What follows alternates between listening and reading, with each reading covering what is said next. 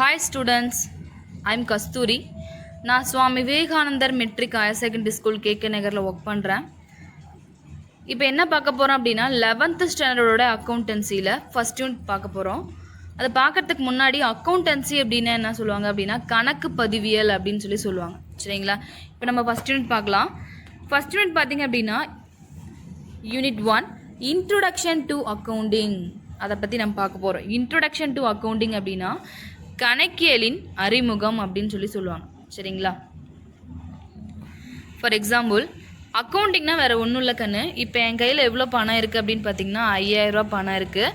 அந்த 5000 வச்சு நான் என்ன பண்ணுறேன் அப்படின்னா என்னுடைய வீட்டு செலவுகள் பண்ணுறேன். அந்த வீட்டு செலவு என்னென்ன பண்ணுறேன் அப்படின்னா பால் வாங்குகிறேன், இபி பில் கட்டுறேன், காய்கறிலாம் வாங்குகிறேன், அப்புறம் என்ன பண்ணுறேன் கேஸ் எடுக்கிறேன். இது மாதிரி எக்ஸ்ட்ரா நிறைய செலவுகள் என்ன பண்ணுறேன்னா என்னை வீட்டுக்காக நான் செலவு பண்ணுறேன் அந்த 5000 வச்சு. ஸோ அதை என்ன பண்ணுறேன், அந்த 5000 எப்படிலாம் செலவு பண்ணேன் அப்படின்னு என்னால் என்ன பண்ண முடியாது, ஞாபகம் வச்சுக்க முடியாது. அப்போ நான் என்ன பண்ணுறேன் அப்படின்னா ஒரு நோட்டில் என்ட்ரி பண்ணியிருக்கேன். இப்போ எப்படி என்ட்ரி பண்ணேன்னா மார்ச் மாதத்தில் என்கிட்ட ஸ்டார்டிங்கில் எவ்வளோ இருக்குது 5000 ரூபா இருக்குது. அந்த 5000 நான் எப்படிலாம் செலவு பண்ணியிருக்கேன், மீதி எவ்வளோ இருக்குது அப்படின்ற டீட்டெயில்ஸ் தெரிஞ்சுக்கிறதுக்காக என்ன பண்ணுறேன் அப்படின்னா ஒரு நோட்டில் என்ட்ரி பண்ணுறேன். இந்த டேட்டில் பால் வாங்கினேன், இவ்வளோ செலவாச்சு, இந்த டேட்டில் நான் இபி பில் கட்டினேன், இந்த டேட்டில் நான் கேஸ் எடுத்தேன் அப்படின்னு என்ன பண்ணுறேன் டேட் வைஸாக இருக்கட்டும், அதில் எவ்வளோ அமௌண்ட்டு என்ன பொருள் வாங்கினேன் அப்படின்னு எல்லா டீட்டெயில்ஸும் என்ன பண்ணுவேன்னா என்னோடய வீட்டு செலவு என்னென்ன பண்ணணும் அதெல்லாம் நான் என்ட்ரி பண்ணிடுச்சேன். சரிங்களா? இந்த 5000 வச்சு என்னென்ன வரவு செலவுகள் பண்ணுறனோ அந்த வரவு செலவை என்ன என்ட்ரி பண்ணுறனோ அந்த என்ட்ரிக்கு பேர் தான் என்ன சொல்லுவாங்க அப்படின்னா அக்கௌண்டிங். இப்போ நம்ம வீட்டு செலவு இங்கே பண்ணுறோம், அங்கே என்ன பண்ணுவாங்க அப்படின்னா ஒரு கம்பெனி எடுத்துக்கோங்க. அந்த கம்பெனியில் 50 லட்ச ரூபா என்ன பண்ணுறோம் இன்வெஸ்ட் பண்ணி ஒரு கம்பெனி ஸ்டார்ட் பண்ணுறோம். என்ன பண்ணுவாங்க அப்படின்னா அந்த 50 லட்சத்தை எப்படிலாம் என்னென்ன எக்யூப்மெண்ட்ஸ் அந்த அமௌண்ட் எடுத்து வாங்கினாங்க, அந்த எக்யூப்மெண்ட்ஸ் மூலிமா நம்ம எவ்வளோ ப்ராடக்ட் தயாரித்தாங்க, அந்த ப்ராடக்ட் மூலிமா நமக்கு எவ்வளோ ப்ராஃபிட் கிடச்சிது விற்றதில் அப்படின்னு எல்லா டீட்டெயில்ஸும் அந்த 50 லட்சத்தை எப்படிலாம் செலவு பண்ணியிருக்காங்க, அது மூலிமா என்னென்ன பெனிஃபிட்ஸ் அப்படின்னு எல்லாம் தெரிஞ்சுக்கிறதுக்காக நமக்கு என்ன முக்கியம் அப்படின்னா ஒரு என்ட்ரி பண்ணணும். சரிங்களா? நோட்டில் என்ட்ரி பண்ணால் தானே அந்த வருஷத்துக்கு 50 லட்ச ரூபா இன்வெஸ்ட் பண்ணியிருக்கோம், அது எப்படிலாம் செலவு பண்ணியிருக்காங்க அப்படின்ற டீட்டெயில்ஸை எழுதி மேனுவலாக இருக்கட்டும் சிஸ்டமேட்டிக்காக இருக்கட்டும் அதை என்ட்ரி பண்ணால் மட்டும்தான் நம்ம என்னென்ன பண்ணியிருக்கோம் அப்படின்ற ஒரு இன்ஃபர்மேஷன் கிடைக்கும். சரிங்களா?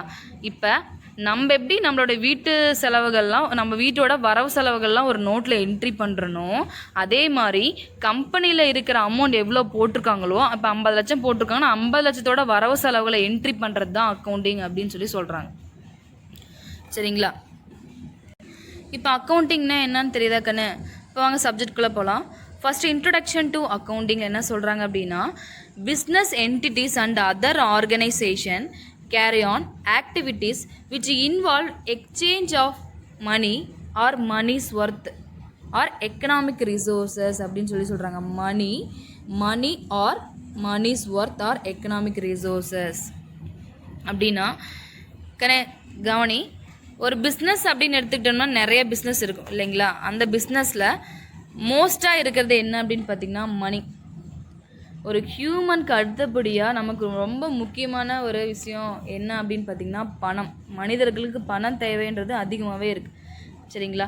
ஒரு கம்பெனின்னு எடுத்துகிட்டோம்னா கண்டிப்பாக அது அங்கே என்ன டிரான்சாக்ஷன் இருக்கும் அப்படின்னா கேஷ் டிரான்சாக்ஷன் இருக்கும். சரிங்களா? அதனால தான் சொல்கிறாங்க மணி ஆர் மணிஸ் ஒர்த், பணம் அல்லது பண மதிப்புள்ள டிரான்சாக்ஷன் எல்லாமே அந்த கம்பெனியில் நடக்கும். சரிங்களா? இப்போ நான் நார்மலாகவே என்ன சொல்கிறேன் அப்படின்னா 50 லட்ச ரூபா போட்டு ஒரு கம்பெனி நம்ம ஸ்டார்ட் பண்ணுறோம் அப்படின்னா வீட்டு செலவு 5000 நம்ம பண்ணக்குள்ளே என்ன பண்ணுறோம், நம்ம ஒரு ரெக்கார்ட் மாதிரி எழுதி என்ட்ரி பண்ணி வச்சிடறோம். இதுவே 50 லட்ச ரூபா போட்டு ஒரு கம்பெனி ஸ்டார்ட் பண்ணுறோம்னா அந்த 50 லட்சத்தை எப்படிலாம் செலவு பண்ணியிருக்காங்க, எப்படிலாம் டிரான்சாக்ஷன் பண்ணியிருக்காங்க அப்படின்ற டீட்டெயில்ஸை நம்மளால் ஞாபகம் வச்சுக்க முடியாது. ஸோ அப்போ என்ன பண்ணணும், கண்டிப்பாக ஒரு ரெக்கார்ட் மெயின்டைன் பண்ணணும் இல்லைங்களா? அந்த ரெக்கார்ட் பேர் தான் அக்கௌண்டிங் நான் சொல்லியிருக்கேன் இல்லையா? அந்த ரெக்கார்ட் பண்ணலை அப்படின்னா நம்மளால் ஏதாவது அந்த கம்பெனி பற்றி ஏதாவது இன்ஃபர்மேஷன் தெரியுமா? இருக்காது. அதனால தான் அவங்க என்ன சொல்கிறாங்க அப்படின்னா வயபுள் ஆர் கெயின்ஃபுல் அப்படின்னு சொல்கிறாங்க. வயபுள் அப்படின்னா அந்த கம்பெனியோட டீட்டெயில்ஸ் என்ட்ரி பண்ணல அப்படின்னா அந்த கம்பெனியோட இன்ஃபர்மேஷன் நமக்கு தெரிஞ்சுக்கிறதுக்கு சாத்தியமாக இருக்குமா? இருக்காது. ஸோ வயபுள்ன்றது சாத்தியமானதாக இருக்காது அப்படின்னு சொல்கிறாங்க. அடுத்தது கெயின்ஃபுல், அதே மாதிரி அதோட பெனிஃபிட்ஸ் அதாவது நமக்கு கிடைக்குமா கண்ணே? ஏதாவது எந்த ஒரு முடிவுகளுமே எடுக்க முடியாது. சரிங்களா? அந்த கம்பெனியோட இன்ஃபர்மேஷன் தெரிஞ்சால் மட்டும்தான் அந்த கம்பெனி எப்படி போயிட்டுருக்கு, அந்த கம்பெனி ப்ராஃபிட்டில் போகுதா லாஸில் போகுதா. சப்போஸ் ப்ராஃபிட்டில் போகுது அப்படின்னா இயர் பை இயர் அந்த ப்ராஃபிட்டை எப்படி தக்க வச்சுக்கலாம், இல்லை லாஸில் போகுது அப்படின்னா அது லாஸில் போகாமல் இருக்கிறதுக்கு என்னென்ன முடிவு பண்ணலாம் அப்படின்றத நம்ம என்ன பண்ண முடியும், ஒரு டிசிஷன் எடுக்க முடியும். சரிங்களா? அதே மாதிரி இங்கே என்ன சொல்கிறான் அப்படின்னா, வயபுள் ஆர் கெயின்ஃபுல்ன்றது அந்த கம்பெனியோட டீட்டெயில்ஸ் தெரியல அப்படின்னா நம்மளால் ஓனாக எந்த ஒரு டிசிஷனும் எடுக்க முடியாது. அது சாத்தியமானதாகவோ இல்லை ஆதாயமானதாகவோ இருக்காது அப்படின்னு சொல்கிறாங்க. சரிங்களா? அதனால தான் என்ன கொண்டு வராங்க அப்படின்னா அக்கௌண்டிங்ன்ற ஒரு சிஸ்டத்தை கொண்டு வராங்க. அப்போ தான் என்ன பண்ண முடியும், நம்மளால் ஒரு ரெக்கார்டை மெயின்டைன் பண்ண முடியும். இயர் பை இயர் என்னென்ன செலவாச்சு, எவ்வளோ ப்ராஃபிட் வந்திருக்கு, ஒவ்வொரு வருஷமும் எவ்வளோ ப்ராஃபிட் இருக்குது, சரிங்களா, அப்படின்றது தெரிஞ்சுக்கிற டீட்டெயில்ஸ் நமக்கு தேவைப்படுது. அதனால் என்ன பண்ணுறோம் அப்படின்னா அக்கௌண்டிங்ன்ற சிஸ்டத்தை கொண்டு வரோம். சரி கண்ணு, இப்போ அக்கௌண்டிங்ன்ற இன்ஃபர்மேஷன் என்ன பண்ணுறோம், ஒரு புக்ஸ் ஆஃப் ஒரு ரெக்கார்ட் மாதிரி மெயின்டைன் பண்ணிட்டு வரோம். சரியா? இப்போ இந்த கம்பெனியோட இன்ஃபர்மேஷனை யார் யார் தெரிஞ்சுக்க இன்ட்ரெஸ்டாக இருப்பாங்க, ஐ மீன் இன்ட்ரெஸ்ட் யூசர்ஸ் யார் யார் அப்படின்றத பார்க்கலாம். ஃபர்ஸ்ட் ஒன் ப்ரொப்ரேட்டர்ஸ் அப்படின்னா யாருன்னா உரிமையாளர்கள் அப்படின்னு சொல்லுவாங்க. சரிங்களா? உரிமையாளர் எதுக்கு இந்த கம்பெனியோட டீட்டெயில்ஸை தெரிஞ்சுக்கணும்னு நினைக்கிறாரு அப்படின்னா, நாம் இன்வெஸ்ட்மெண்ட் பண்ணது எவ்வளோ 5 lakhs இல்லைனா 50 lakhs இன்வெஸ்ட் பண்ணியிருக்கோம். அந்த 15 lakhஸில் எப்படிலாம் செலவு பண்ணியிருக்காங்க, என்னென்ன ப்ராடக்ட் தயாரிச்சிருக்காங்க, அந்த ப்ராடக்ட் விற்றது மூலிமா நமக்கு ப்ராஃபிட் கிடச்சிருக்கா இல்லையா அப்படின்ற டீட்டெயில்ஸ் தெரிஞ்சுக்கிறதுக்காக ஆசைப்படுவாங்க. சரிங்களா? ஃபர்ஸ்ட் ஒன் ப்ராஃபிட்டில் கிடச்சிருக்கு அப்படின்னா நான் ஆல்ரெடி சொல்லியிருக்கேன்னா, ப்ராஃபிட் கிடச்சிது அப்படின்னா நெக்ஸ்ட்டு இயர் பை இயர் இனிமேல் என்ன ப்ராஃபிட் கிடைக்கணும், அதுக்கு என்ன முடிவு எடுக்கலாம் அப்படின்னு டிஸ்கஸ் பண்ணுவாங்க. லாஸில் போச்சு அப்படின்னா என்ன பண்ணுவாங்க, அந்த கம்பெனி லாஸில் வராமல் க்ரோத் ஆகிறதுக்கு என்னென்ன பண்ணும் அப்படின்றத ஒரு ஸ்டெப் எடுப்பாங்க. அதனால் என்ன பண்ணுவாங்கன்னா ப்ரொப்ரேட்டர்ஸ் அந்த கம்பெனியோட உரிமையாளர் அந்த கம்பெனி பற்றி இன்ஃபர்மேஷன் தெரிஞ்சுக்க இன்ட்ரெஸ்டாக இருப்பாங்க அப்படின்னு சொல்கிறாங்க. சரிங்களா? அடுத்தது மேனேஜர்ஸ் என்ன பண்ணுவாங்க அப்படின்னா, நார்மலாகவே நினச்சிப்பாரு, ஒரு ஸ்கூல்னு எடுத்துகிட்டா பிரின்ஸிபல் இருப்பார். சரி, அந்த பிரின்ஸிபலுக்கு எல்லா டீட்டெயில்ஸுமே தெரிஞ்சால் மட்டும்தான் யார்கிட்ட கொடுப்பாங்க, நம்ம கரஸ்பாண்டன்ட்டுக்கு இன்ஃபர்மேஷன் கொடுப்பாங்க. அது மாதிரி ஒரு கம்பெனின்னு எடுத்துக்கிட்டால் அந்த கம்பெனி பற்றி டீட்டெயில்ஸ் எல்லாம் என்ன யாருக்கு தெரியணும் அப்படின்னா அந்த மேனேஜருக்கு தெரியும். ஸோ அந்த மேனேஜருக்கு தெரிஞ்சால் மட்டும்தான் நம்ம என்ன பண்ண முடியும், நம்மளோட உயர் அதிகாரியாக இருக்கட்டும், ஐ மீன் நம்மளோட ஓனர்ஸ்க்கு என்ன பண்ணுவாங்க அப்படின்னா ஒரு கரெக்டான ஒரு ரிப்போர்ட்டை கொடுக்க முடியும். ஸோ அதனால் என்ன பண்ணுவாங்க அப்படின்னா மேனேஜர்ஸ் அந்த கம்பெனியோட டீட்டெயில்ஸை இன்ஃபர்மேஷன் தெரிஞ்சுக்கிறதுக்கு இன்ட்ரெஸ்டாக இருப்பாங்க அப்படின்னு சொல்கிறாங்க.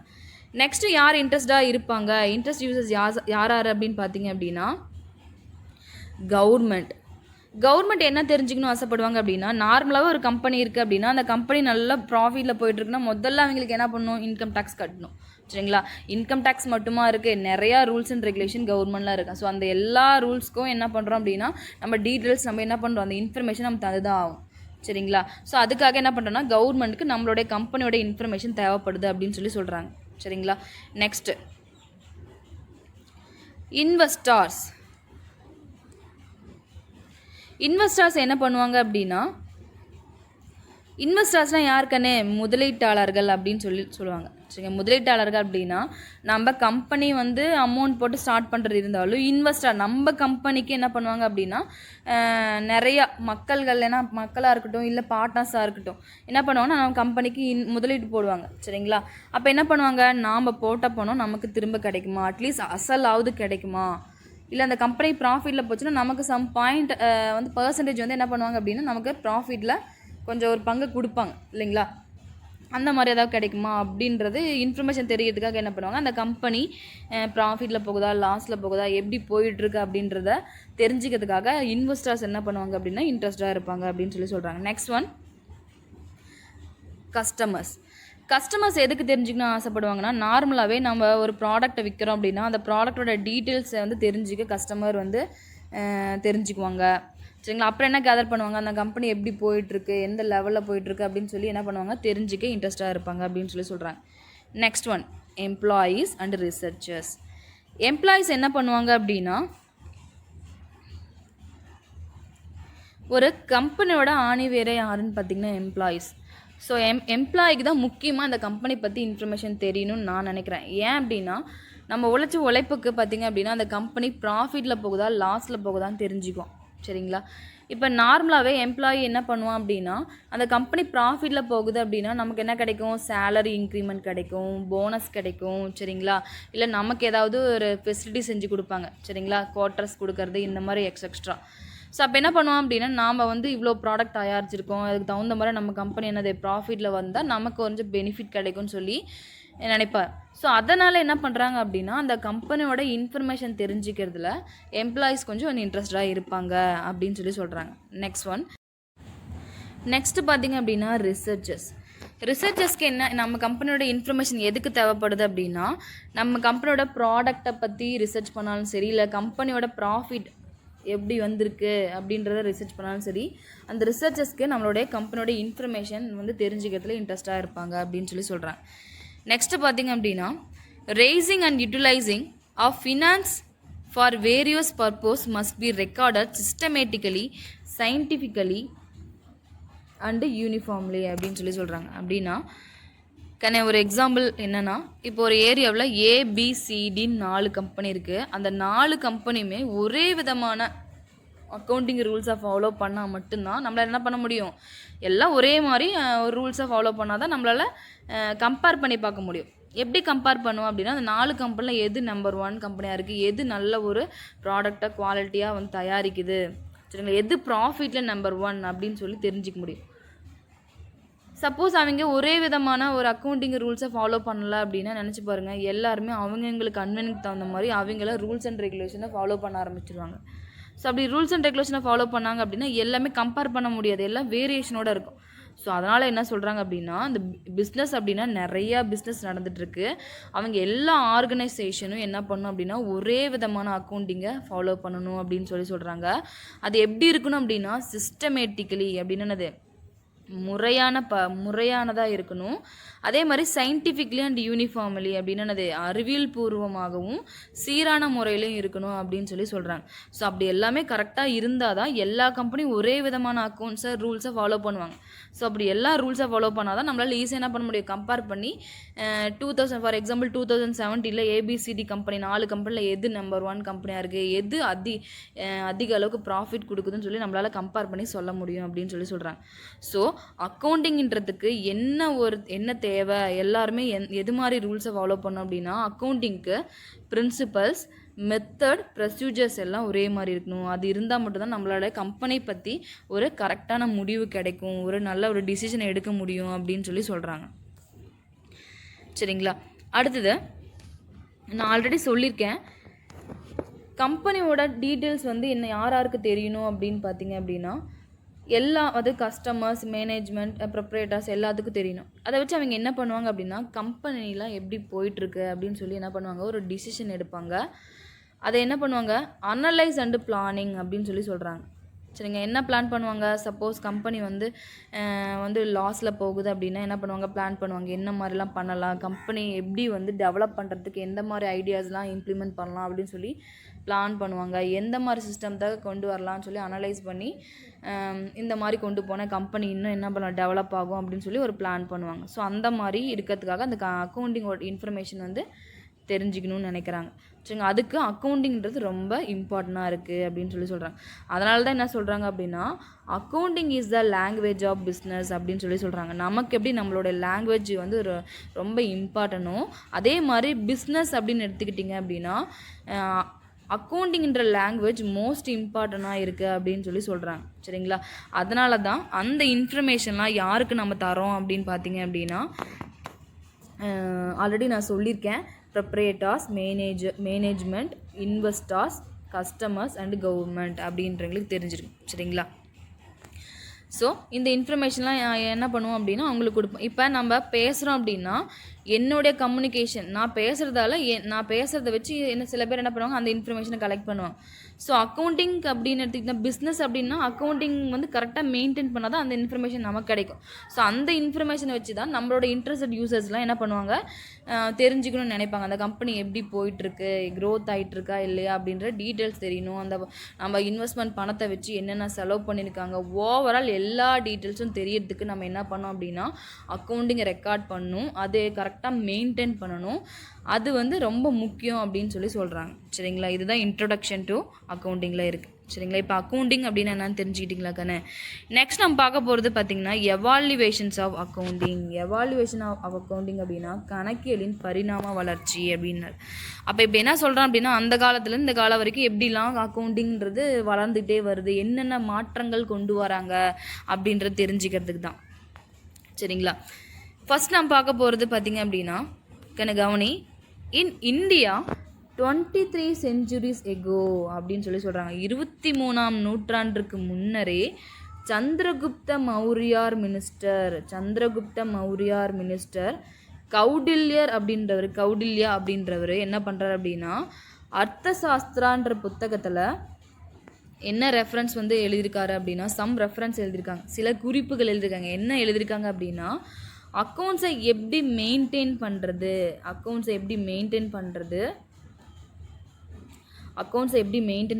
எப்படி ரெக்கார்ட் பண்ணுறது அப்படின்ற டீட்டெயில்ஸ் என்ன பண்ணுறாங்க அப்படின்னா சில குறிப்புகள் வந்து எதில் எழுதியிருக்காரு அப்படின்னா கௌடில்யா அப்படின்றவர் அர்த்த சாஸ்திரான்ற புத்தகத்தை எழுதி வச்சிருக்காரு அப்படின்னு சொல்கிறாங்க. சரிங்களா. நெக்ஸ்ட்டு கவனி, in the earliest days of civilization accounting was done by stewards who managed the properties who wealthy people அப்படின்னு சொல்கிறாங்க. அதாவது என்ன சொல்கிறாங்க அப்படின்னா 12th செஞ்சுரியில் வெல்த்தி பீப்புளுக்கு யார் கணக்கு கொடுத்துட்டு வந்தா அப்படின்னா இப்போ நான் ஸ்டீவர்ட்ஷிப் அப்படின்றவங்க கணக்கு கொடுத்துட்டு வந்தாங்க அப்படின்னு சொல்கிறாங்க. ஃபார் எக்ஸாம்பிள் அந்த காலத்தில் பண்ணையக்காரங்க அப்படின்னு இருப்பாங்க. சரிங்க. அந்த பண்ணையக்காரங்களுக்கு யார் வந்து கணக்கு கொடுப்பாங்க அப்படின்னா ஸ்டீவர்ட்ஷிப் காரியதரிசிகள் அப்படின்ற கணக்கு பிள்ளை. சரிங்களா. கணக்கு பிள்ளைங்க என்ன பண்ணுவாங்க அப்படின்னா ஒரு வந்து தகவலை கொடுத்துட்டு வராங்க. என்ன மாதிரி தகவலை கொடுத்துட்டு வருவாங்க அப்படின்னா ஐயா இந்த மாதிரி தென்னந்தோப்பில் இவ்வளோ தேங்காய் வந்துச்சு, நெல் வந்து இவ்வளோ அறுவடை பண்ணியிருக்கோம், இவ்வளோ மூட்டை 50 மூட்டை குடோனில் இருக்குது அப்படின்னு எக்ஸ்ட்ரா நிறையா டீட்டெயில்ஸ் என்ன பண்ணுவாங்க அப்படின்னா அவங்களுக்கு கணக்கு கொடுத்துட்டு வந்தாங்க. ஸோ அப்போவே என்ன பண்ணாங்க அப்படின்னா அந்த ஸ்டீவர்ட்ஷிப் மூலிமா வந்தது தான் என்ன அப்படின்னா டெபிட் அண்ட் கிரெடிட் அப்படின்னு சொல்கிறாங்க. என்னென்னா டெபிட் அண்டு கிரெடிட் அப்படின்னு சொல்கிறாங்க. அப்போவே என்ன சொல்கிறாங்க அப்படின்னு பாருங்கன்னு accounting is said to be root of accounting record of debit and credit அப்படின்னு சொல்கிறாங்க. அப்படின்னா என்ன அர்த்தம் அப்படின்னா 12th செஞ்சுரியிலேயே என்ன பண்ணுறாங்க அப்படின்னா ஸ்டீவர்ட்ஷிப் தான் ஆரம்பித்தாங்க. என்ன ஆரம்பித்தாங்க அப்படின்னா டெபிட் கிரெடிட் அப்படின்ற ஒரு சிஸ்டத்தை ஆரம்பித்தாங்க அப்படின்னு சொல்கிறாங்க. அதோடைய அடிப்படை காரணம் என்ன அப்படின்னா டெபிட் கிரெடிட் தான். அப்போவே ஸ்டீவர்ட்ஷிப்ன்றவங்க வந்து இதை வந்து கொண்டு வந்திருக்காங்க, இம்ப்ளிமெண்ட் பண்ணியிருக்காங்க அப்படின்னு சொல்கிறாங்க. ஸோ டெபிட் கிரெடிட் அப்படின்னா என்னென்னா டெபிட்னா என்ன அப்படின்னா பற்று, கிரெடிட்னா என்ன அப்படின்னா வரவு அப்படின்னு சொல்லுவாங்க. அதை நம்ம சம் போடக்குள்ள அதை டீட்டெயில்ஸாக சொல்கிறேங்கன்னு. சரிங்களா. இப்போ வந்து 12th செஞ்சுரியில் என்ன பண்ணுறாங்க ஸ்டீவர்ட்ஷிப்ன்றவங்க என்ன பண்ணுறாங்க வெல்த்தி பீப்புளுக்கு வந்து கணக்கு கொடுத்தாங்க. அது எப்படி கொடுத்தாங்க அப்படின்னா அப்போவே 12th செஞ்சுரியில் டெபிட் கிரெடிட்ன்றதை வந்து என்னது உருவெடுத்தது அப்படின்னு சொல்கிறாங்க. அதை ஞாபகம் வச்சுக்கோங்க. நெக்ஸ்ட்டு இப்போ நம்மளோட முக்கியமாக கவனிக்கணும், நம்மளோட ஃபாதர் ஆஃப் அக்கௌண்ட்ஸ் யார் அப்படின்னு பார்த்தீங்கன்னா லூக்கா பாஷியோலின்றவர். சரிங்களா. அவர் எந்த நாட்டை சேர்ந்தவர் அப்படின்னா இட்டாலி நாட்டை சேர்ந்தவர். அவர் என்ன கொண்டு வராரு, என்ன டெவலப் பண்ணுறாரு அப்படின்னு பார்த்தீங்கன்னா 1494 என்ன பண்ணுறாங்க அப்படின்னா double entry system book keeping அப்படின்றது என்ன பண்ணுறாங்க அப்படின்னா கொண்டு வராங்க அப்படின்னு சொல்கிறாங்க. அப்போவே என்ன பண்ணுறாரு லூக்கா பாஷியோலின்றவர் 1494 டபுள் என்ட்ரி சிஸ்டத்தை இம்ப்ளிமெண்ட் பண்ணுறாரு அப்படின்னு சொல்கிறாங்க. நெக்ஸ்ட் என்ன பண்ணுறாங்க அப்படின்னா 18th and 19th செஞ்சுரியில் தொழில் புரட்சி காரணமாக என்ன உருவெடுத்தது அப்படின்னா ஜாயின்ட் ஸ்டாக் கம்பெனிஸ்ன்றது வந்தது அப்படின்னு சொல்கிறாங்க. சரிங்களா. ஜாயின்ட் ஸ்டாக் கம்பெனிஸ்னால் வேறு ஒன்றும் இல்லை கண்ணு, பார்ட்னர்ஷிப்போட ஆரம்பிக்கிறது. ஃபார் எக்ஸாம்பிள் இப்போ வந்து 10 பேர் வந்து என்ன பண்ணுறாங்க அப்படின்னா ஒரு கம்பெனி ஸ்டார்ட் பண்ணுறாங்க. 10 பேருமே என்ன பண்ணுறாங்க இன்வெஸ்ட்மெண்ட் பண்ணி ஒரு கம்பெனி ஸ்டார்ட் பண்ணுறாங்க.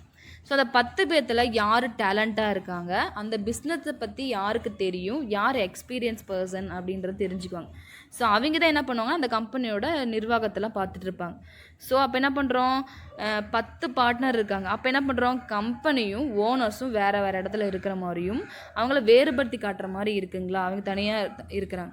ஸோ அப்போ என்ன பண்ணுறோம் நம்ம இந்த கம்பெனியோட டீட்டெயில்ஸ் வந்து அவங்களுக்கு தெரிய வாய்ப்பு இல்லை. யாருக்கு தெரியும் அப்படின்னா ஒருத்தரை வந்து மெயின்டைன் பண்ணுறாரு இல்லையா அந்த ஓனருக்கு மட்டும்தான் தெரியும், மீதி இருக்கிற ஓனர்ஸ்க்குலாம் தெரியாது.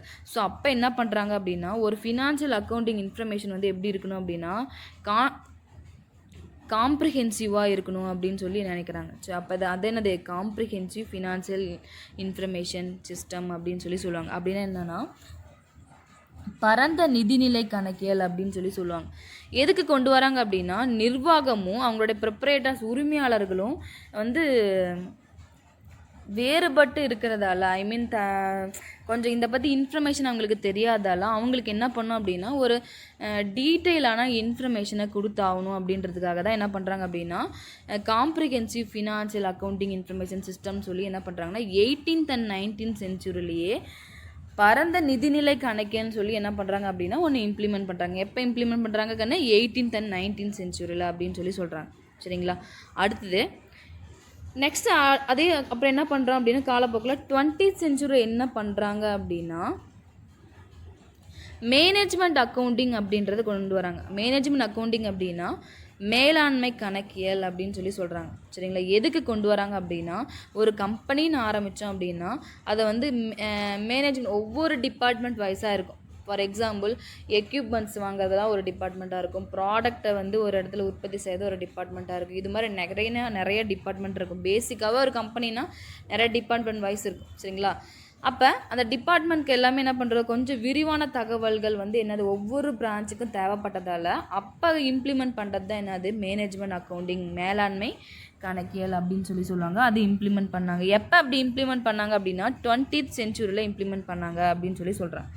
அதுவே காலப்போக்கில் என்ன ஆச்சு அப்படின்னா 21st centuryல சோசியல் ரெஸ்பான்சிபிலிட்டி அக்கௌண்டிங்காக ஆச்சு அப்படின்னு சொல்லி சொல்கிறாங்க. சோசியல் ரெஸ்பான்சிபிலிட்டி அக்கௌண்டிங் அப்படின்னா அதுவே சமூக பொறுப்பு கணக்கிலாம் மாறிடுச்சு அப்படின்னு சொல்லி சொல்கிறாங்க. அதனால தான் இந்த வேர்ல்டில் அக்கௌண்டிங்கிற பங்கு வந்து ரொம்ப மோஸ்ட் இம்பார்ட்டண்ட்டாக இருக்குது அப்படின்னு சொல்லி சொல்கிறாங்க. சரிங்களா? அதனாலே மாடர்ன் வேர்ல்டில் பிஸ்னஸ்க்கு அக்கௌண்டிங் வந்து ரொம்ப வந்து ஒரு இம்பார்ட்டண்டான லாங்குவேஜ் அப்படின்றத சொல்கிறாங்க.